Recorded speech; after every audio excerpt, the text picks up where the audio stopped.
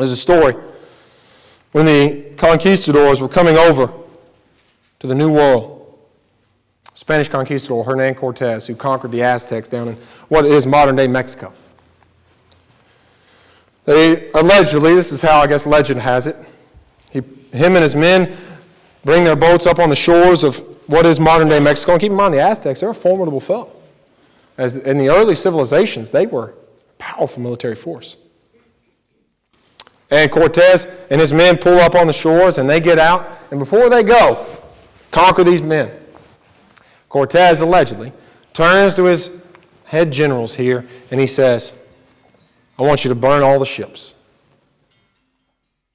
And they said, their ships? We'll find them. We'll burn their ships when we find them. He said, no, you want to burn all ours.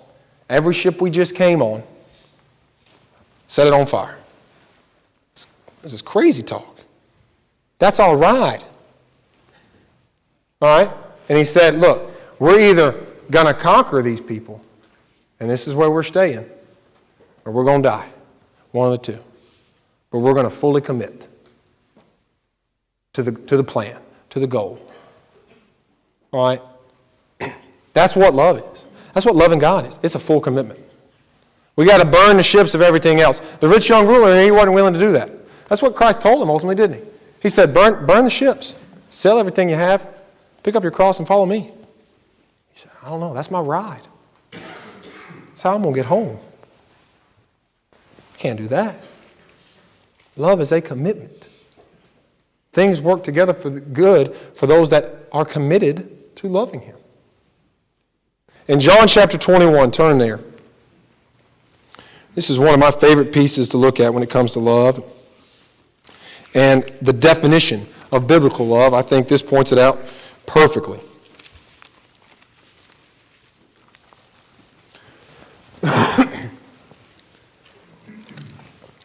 John chapter 21. Of course, you may know this account here. Christ has died. He's resurrected. The apostles are out fishing. They see a man on the shore, and what does he tell them? He tells them, cast your nets on the other side. They do so. They catch a large number of fish. And then they come to the conclusion that's Christ there. And they go back to the shore, and they sit, and they dine with Christ. And then Christ and Peter take a little walk. They take a little walk, and they have a little talk. And of course, this is going to be tied into the fact a little bit that Peter denied Christ 3 times. But there's more to it than that. Starting in verse 15 of John 21. Pardon me. So when they had eaten breakfast, Jesus said to Simon Peter, Simon, son of Jonah, do you love me more than these? And he said to him, yes, Lord, you know that I love you. He said to him, feed my lambs. And he said to him again a second time, Simon, son of Jonah, do you love me?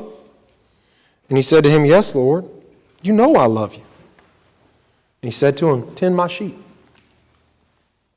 He said to him a third time, Simon, son of Jonah, do you love me? Peter was grieved because he had said to him a third time, do you love me? And he said to him, Lord, you know all things. You know that I love you. And Jesus said to him, feed my sheep. What's happening here? All right? Yeah. You say, well, Christ is asking him 3 times. Peter denied him 3 times. Sure, that's true. That's true. Even more so, Christ is pointing this out to Peter. When you say you love me, that means something. When you say you love me, there's something that goes along with it. Don't say you love me and it just be empty words. Understand, you say you love me? Yes, Lord, yes. Feed my sheep. You got a job to do. Do you really love me? Yeah, yes, Lord. Tend to my sheep. You got a job to do. Do you really? Lord, come on now. You know what? You know everything. You know that I love you. You know I do.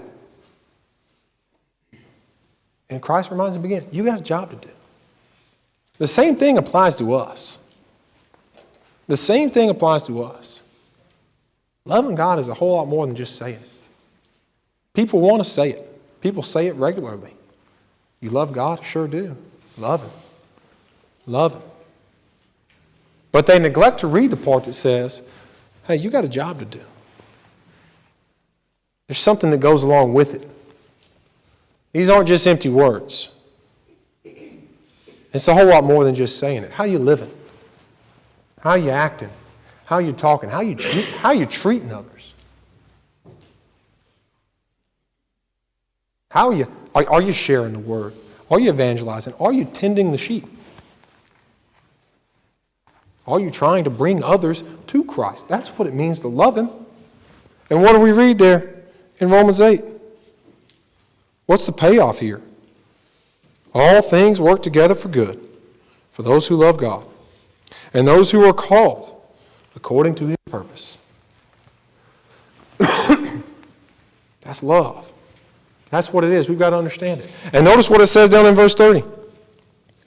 Moreover, whom He predestined, these He also called. All right, loving Him means that you're called.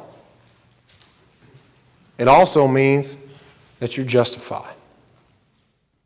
Real love. Actionable love. It also means that you're glorified. When? Where? Future glory.